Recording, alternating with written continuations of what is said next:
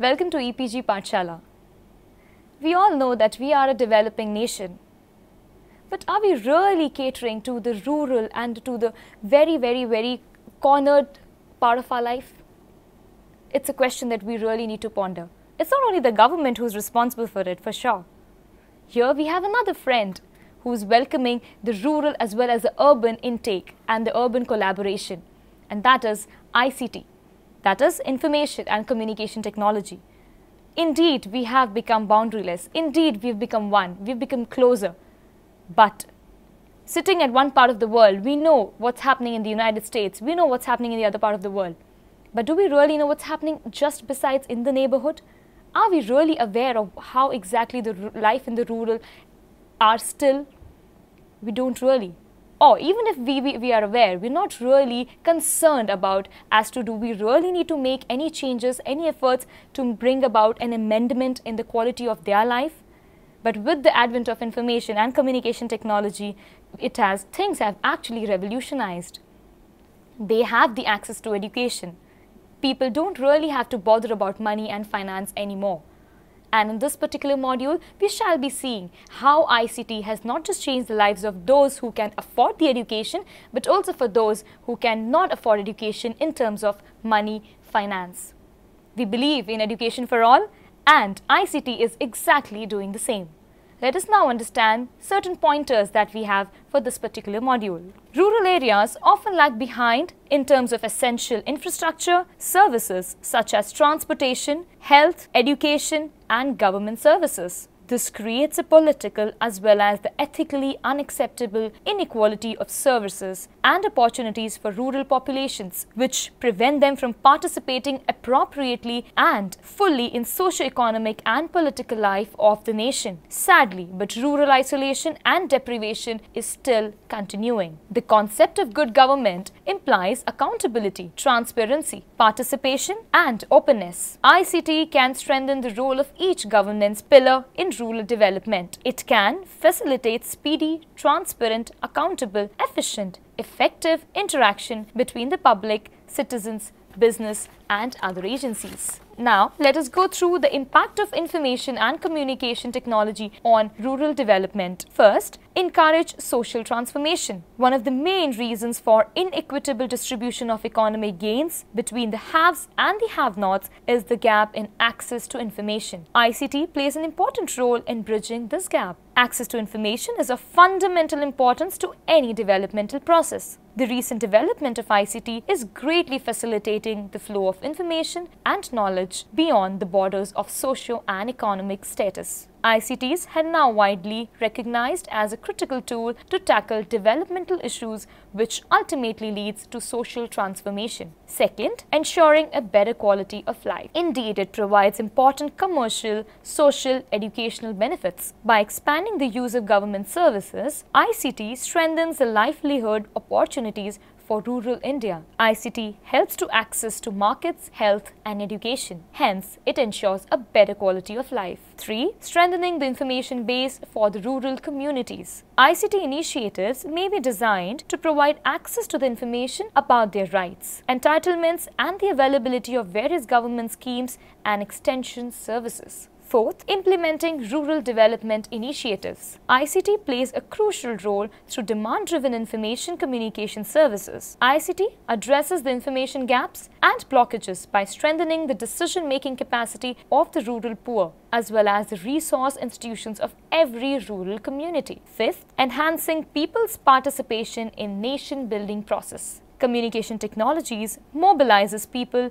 and seek their willing participation in the development process of a country. In a developing country like India, ICT is regarded as one of the key elements in modernizing agriculture, in producing healthy literature and trained workers for industry, and for bringing about effective participation in the nation-building activity. Let us now see the telecommunication for rural development. Information is essential due to socio and economic activities that comprise the development process. Telecommunication helps to connect people and acts as a link in the chain of development. India achieved substantial socio-economic development since independence, but unfortunately this development has not been shared equitably by all. Some sections of the society have been left out, and some areas like the rural, tribal and remote areas could not keep pace with the urban areas in development. If vast sections of the societies and areas are left out, it breeds unrest and is not conducive to a sustainable development of the country. That is why we have something known as community radio. Community radio is another strong weapon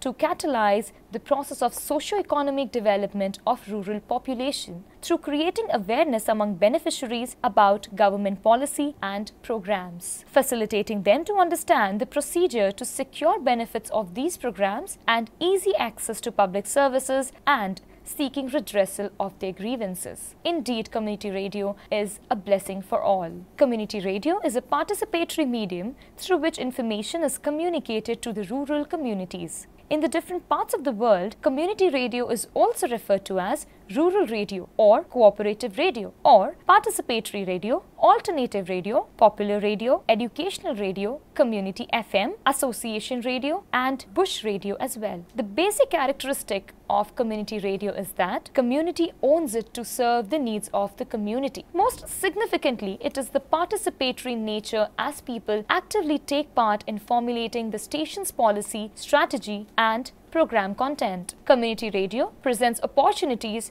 to participants to share their personal experiences in relation to development policies, programs, and attempt to facilitate efficient implementation of programs relating to health, education, nutrition, sanitation, women empowerment, agriculture, etc. According to UNESCO in the 2002, community radio is a type of radio service that caters to the interest of certain area, broadcasting content that is popular to a local audience. It aims at providing and improving socio-economic conditions and the quality of life for the community through well-conceived and designed programs for targeted community participants. Let us now understand what are the initiatives taken by community radio in India. 1. Gyan Vani Community Radio. The Human Resource Development Ministry and the Indira Gandhi Open University with the help of Prasar Bharati launched Gyan Vani Community Radio in 2001. It covers a wide range of subjects like creating awareness about Panchayati Raj institution and their functionaries, women empowerment, consumer rights, human rights, health, education, science education, teacher education, vocational education, adult education and education for the downtrodden.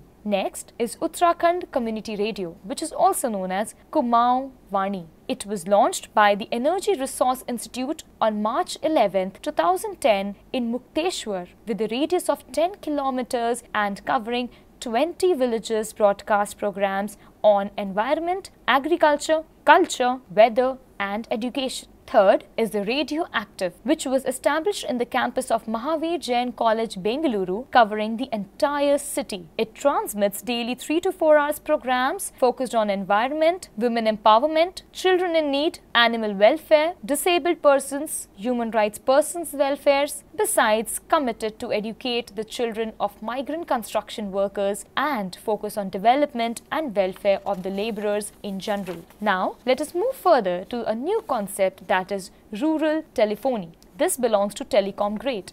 Rural telephony for rural development, it basically connects the rural and provides key strategies like distributing locally relevant information, targeting disadvantaged and the marginalized group, promoting local entrepreneurship, improving poor people's health, strengthening education, promoting trade and e-commerce, supporting good governance, building capacity and capability, enriching the culture, supporting agriculture, creating employment opportunities, reinforcing social mobilization.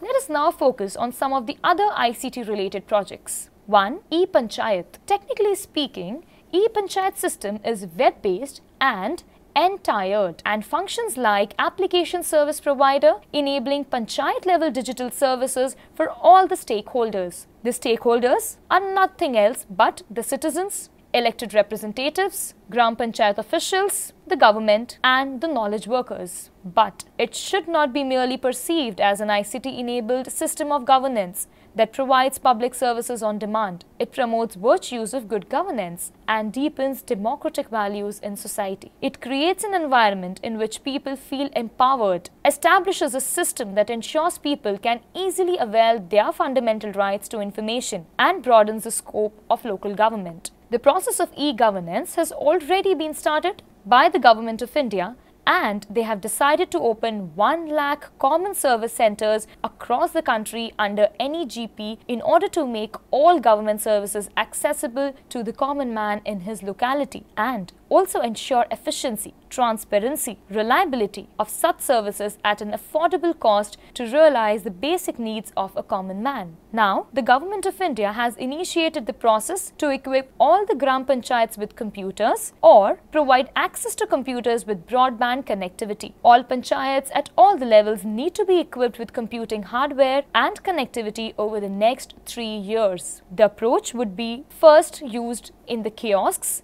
which is being set up under the NEGP's Common Service Centers initiatives. For the remaining panchayats, it is proposed to engage independent service providers who would be selected on the basis of a bidding process. It has been also planned to equip all the panchayats with necessary softwares and skills to handle the e-governance for better delivery of services to each citizen. The other major component of e-panchayats would be that of the capacity building of functionaries of Panchayati Raj institutions. The infrastructure that is proposed to be created through E-PRI would be utilized for training of elected representatives about their responsibilities and for giving them functional knowledge of the schemes that are implemented through the panchayats or through the statutory committees. That was all about E-Panchayat. Moving on to the next, Drishti. Drishti has identified 3 core pillars of sustainability, namely livelihood, services, and basic infrastructure. On these 3 pillars rest the sustainability of any community wherever they may exist. If one of these 3 pillars goes weak, it impacts the very foundation of the community. Drishti has worked in the first phase of its growth on the services pillars. It has now provided education, health, availability of household products, and banking services for the last 13 years in over 5,000 villages. Over the last 2 years, it has also started focusing on the livelihood pillar, which is expected to impact the maximum. It expects to partner with the government and other larger stakeholders to build up the infrastructure pillar. Sustainability of self-contained communities is needed to build a strong world. For us, sustainability means a world which is more equitable, which is more open, and which regards respects for each human civilization and its cradle. By ensuring sustainability of marginalized communities, we wish to create models of success which can be emulated the entire world. With a little bit of the support of these communities, role models have already been established for the future world. During the last 5 out of the 12 years of our existence,